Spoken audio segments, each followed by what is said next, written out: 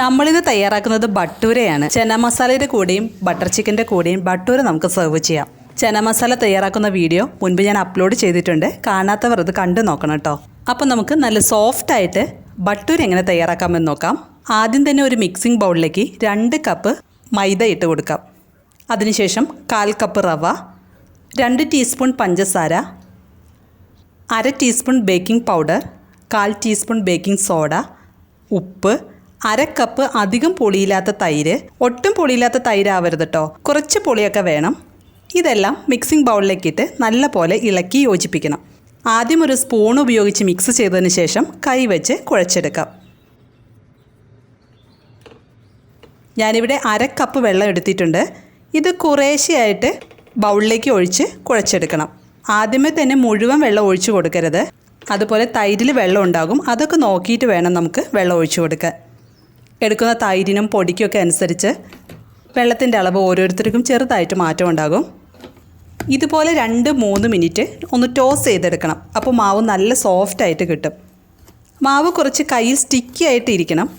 ഒരുപാട് സ്റ്റിക്കി ആവരുത് കേട്ടോ, എന്നാലും കുറച്ച് ലൂസായിട്ട് ഇരിക്കുകയും വേണം. ഈ പരുവത്തിൽ മാവ് കുഴച്ചെടുത്തതിന് ശേഷം 1.5 ടേബിൾ സ്പൂൺ ഓയിൽ ഒഴിച്ചു കൊടുക്കാം. സൺഫ്ലവർ ഓയിൽ പോലത്തെ ഏതെങ്കിലും ഒരു റിഫൈൻഡ് ഓയിൽ ഒഴിച്ചു കൊടുക്കാം. അതിനുശേഷം നല്ല പോലെ കുഴച്ചെടുക്കണം.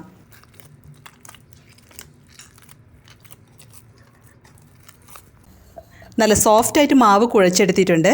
ഇനി ഇത് കവർ ചെയ്ത് കുറഞ്ഞത് 2 മണിക്കൂർ റെസ്റ്റ് ചെയ്യാൻ വെക്കണം. റെസ്റ്റിംഗ് ടൈം വളരെ ഇമ്പോർട്ടൻ്റ് ആണ് ബട്ടൂര നല്ല സോഫ്റ്റായിട്ട് കിട്ടാൻ. 2 മണിക്കൂറിന് ശേഷം മാവ് നല്ല സോഫ്റ്റായി വന്നിട്ടുണ്ട്. ഒന്നുകൂടി കുഴച്ചതിന് ശേഷം ഉരുളകളാക്കാം.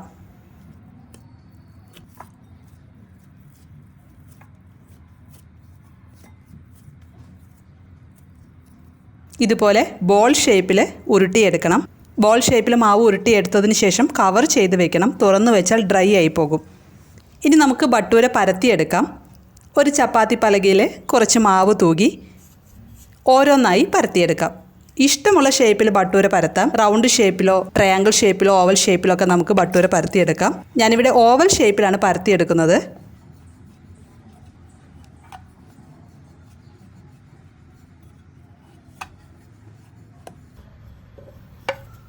ഈ കട്ടയിൽ പരത്തിയെടുക്കണം. ചപ്പാത്തി പോലെ നൈസായിട്ട് പരത്തരുത്.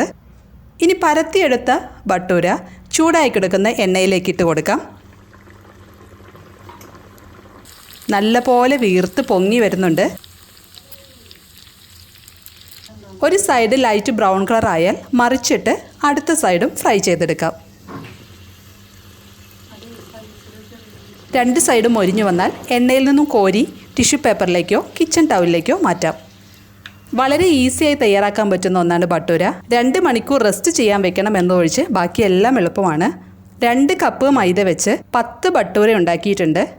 ഇഷ്ടമുള്ള സൈഡ് ഡിഷ് വെച്ച് നമുക്ക് സെർവ് ചെയ്യാം. ഞാനിവിടെ ചന മസാലയുടെ കൂടെയാണ് ബട്ടൂര സെർവ് ചെയ്യുന്നത്. അപ്പോൾ എല്ലാവരും തയ്യാറാക്കി നോക്കി അഭിപ്രായങ്ങളും നിർദ്ദേശങ്ങളും കമൻറ്റ് ചെയ്യണം. വീഡിയോ ഇഷ്ടമായാൽ ലൈക്ക് ബട്ടൺ പ്രസ് ചെയ്ത് ഷെയർ ചെയ്യാൻ മറക്കരുതേ. അപ്പോൾ പുതിയൊരു വീഡിയോയുമായിട്ട് നമുക്ക് വീണ്ടും കാണാം. താങ്ക്